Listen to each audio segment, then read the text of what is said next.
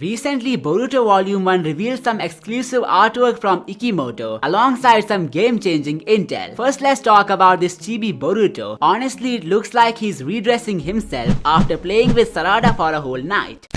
Kishimoto has unveiled some important details on the Omnipotence incident, which could have a huge impact on the story in the long run. We could finally get to see a Dragon Ball level multiverse kind of twist happening in Boruto at some point. But before I get into how exactly we would reach there, let me explain the origins of Narutoverse as explained by Kishimoto himself. So according to this translated panel, there once lived an Otsutsuki known as Kamio from another world or universe, which is no longer in existence. He used the divine ability of Omnipotence to bring the current universe into being, and only he can use this power at will. It's the ultimate ability which lets the user materialize any thought or idea into reality. Aida's version of Omnipotence can only manifest her deep desires, and she can't control it manually. Now some people think this whole monologue is about Shibai or Otsutsuki, how he came from another universe and things like that. However, even though it would have made complete sense, there is no reason for Kishimoto to avoid using his name if it was actually him. The name Kami refers to a god, so it could be a reference to any god or Otsutsuki. It's not necessarily referring to Shibai or Otsutsuki. Even Momoshiki said there were Otsutsukis who once turned gods and changed the memories of mankind. We know the capabilities of Shibai, and just cause Aida was made from his DNA doesn't mean that whenever an Otsutsuki god is mentioned, it's him. Further, Shibai belonged to the same universe as Momoshiki. His ascension was confirmed by the Otsutsuki himself. Even his remains were obtained by Amado somehow, which means he definitely dwelled in the same universe that we are witnessing right now. This could mean that Kami Otsutsuki is the totally different entity. So here is my theory. I think this guy who was named Kamio Otsutsuki is the originator of the Otsutsuki clan. This clan literally got its name from his last name, and he used his power of omnipotence to materialize the Narutoverse into existence. He is the game planner of this universe, and everything that's happening is all under his will. This doesn't make him evil. Rather, he could possibly be a deity who's very likely worshipped by the Otsutsuki clan. There is also a line which says he's responsible for the infinite possibilities of this world, but I guess that's a mistranslation. However, if it's not, then my next video will be covering this possibility in depth, so stay tuned. I would like to reinstate my idea of Kishimoto using the elements of Dragon Ball franchise, cause that's one of the most popular shonen series around the world. We have the multiverse in Dragon Ball Super, where every universe has their own god of destruction, and they even had a tournament of power to find out who is the strongest. So what if Kishimoto has made Shibai the god of Boruto's universe? This text even says that the god Otsutsuki lived in a realm that no longer exists. So it could be that he destroyed his own universe to create this universe before Shibai Otsutsuki rose to godhood. Shibai is more like a prodigy who made it, and all of it was done under the will of the main god. Just like how in Dragon Ball Super, Zeno can erase every universe and their gods in the blink of an eye. Similarly in Boruto, Shibai has the power over his universe, but for some reasons, he left his mortal remains behind for humans like Amado to create destructive cyborgs. All in all, we could say Shibai is just the Beerus of Boruto. The Otsutsuki god who created this universe, as mentioned in this text, could be the equivalent of Zeno-sama. However, instead of having comical characteristics, he could be a really serious person, and maybe Shibai knows that his universe could be at stake. That's why he chose Boruto as the star of hope. The events that have happened till the flash forward scene could be just a kickstart to the real deal, which lies within the multiverse. I think introducing a multiverse is one of the most efficient ways to get more out of a franchise. The same happened with Dragon Ball and even Marvel. I don't know how many of you watch Dragon Ball Super here, but many years ago I used to cover that anime on this channel as well. One thing that just clicked in my head is the backstory of a character from Universe 11 known as Jiren. It was revealed that his whole family was killed by some dark entity, and even though there was no mention of him after the Tournament of Power arc, the writers can anytime take Goku and his friends to Universe 11, where they defeat this enemy of Jiren. Similarly in Boruto, a very minor addition to the plot can turn out to be a setup for some really major events or arcs. I will explain this with a really interesting and mind-blowing example come theory. If you paid attention, they refer to the Shinjutsu of Aida as divine magic. The term magic seems to be the equivalent of the techniques used by the Otsutsukis, cause they are literally magic to mankind. Similar to how Amado said humanity's hope lies within the abilities of Otsutsukis, cause they can do the impossible. Now the minor setup, which could be the greatest plot twist in the history of Naruto, is Jashin Otsutsuki. The dark techniques of this entity that were used by Hidan are very similar to sorcery and Voodooism, which are forms of black magic. So if the abilities of Otsutsuki gods like Shibai are known as divine magic, maybe an Otsutsuki who became god in an unethical manner unlocks black magic. By this we can conclude if Jashin was an Otsutsuki, he somehow became an evil god, and Hidan and his technique showed us a glimpse of dark Shinjutsu. This setup could be used by Kishimoto to introduce the evil gods in the story, the main villains who endanger the whole universe, and the puppet of this evil god could be none other than Amado. Before I explain exactly how, the Shinjus are also frightful villains who could get the whole shinobi world on alert. So why don't I think they are worthy of being the main villains? Well, there are a lot of reasons for the Shinjus to be the setup for the real bad news. Kishimoto is actually on his way of taking the story's focus from Konoha to the whole universe. Then I really doubt he will waste more than a few arcs on the Shinjus. These guys won't attract the Otsutsukis to the planet. Rather, the reason they were given personal targets was to improve the narrative presence of all those characters. Hidari is questioning his reality, and Sarada has Boruto for her protection, so he might either end up giving his powers to Sarada or would just switch sides as expected by many. Aida has got Daemon to protect her, so we can assume she's safe for now. Naruto is in another dimension, so Jura can't get him. The only person who's endangered is Konohamaru, but just because Masuri could feel the emotions of people around her tree, I don't think he would lose his life, even though it's a blunt possibility. In the entirety of Naruto, we have seen many masters being reduced to a memory for their students, and maybe Team 7 is doomed to face the same fate. However, the most interesting thing that the Shinjus could lead to is the alliance of Kawaki and Code. There is really a high possibility for such event, especially when Kawaki can be seen in a similar attire as Code in the future. Subscribe cause I will cover this in another video. So Shinjus are basically in the plot to get the best out of their targets, whether it's by giving them their powers or making them form unexpected alliance. Their intentions are to evolve themselves, and they crave for power as much as everyone else. However, they can in no means destroy the whole Otsutsuki clan. They would be fighting people way above their league. Realistically, they can't be a threat to them. But if there is someone like Jashin who has learned to turn his magic dark and is trying to make his comeback, then there is a really good chance for him to appear and take the throne of the main villain. Now, to prove that Amado might be the one who's trying to bring Jashin back to life, take a look at this comparison of Jashin's emblem drawn by Hidan and the symbol used by Amado under Delta's capsule. They are literally the same. So what if he's a Jashin follower who sacrificed his daughter for the Otsutsuki? It makes sense because black magic includes stuff like human sacrifice, and since there are already other proven methods of revival in Narutoverse like the Rene rebirth, it could be that the whole daughter narrative is diverting us from the real deal, which is the revival of an evil deity. This would make Amado a truly evil character, similar to the other villains of Boruto. They all chase power rather than peace, and this is what makes them different from the OG villains. Now, if you think this good versus evil narrative for some reasons is weak, then let me tell you that Kishimoto's previous manga Samurai 8 had Fudo Muyo, the warrior god, who seems to be the equivalent of Otsutsuki god from this verse. Fudo Muyo had an apprentice known as Kala who was trying to destroy the world that his master created. In other words, he was truly evil, an opposing force to the warrior god. Similarly, Jashin could be the opposing force of the Otsutsuki god in this verse. Now here is the final theory which could literally change everything about Boruto. This text revealed that Kami Otsutsuki belonged to another universe which is no more. So what exactly happened to that universe, and what forced him to create the present one? Well, it could be that he also had a student, most likely Jashin, who used the divine magic to destroy that universe. In return, he was cursed, and all of his divine abilities reduced to black magic. Now this fallen Otsutsuki has successfully manipulated Amado into setting up his return, and it could be that Shibai Otsutsuki knows about his forthcoming. That's why he gifted Boruto with the Jogen. The reason Kawaki is such a big deal is not because of his shinobi ward, but the Otsutsuki whose data is encrypted in his karma. Now if you are interested in more Otsutsuki related stuff, I highly recommend to check out these videos. Also, don't forget to subscribe for more amazing stuff. I will see you next time.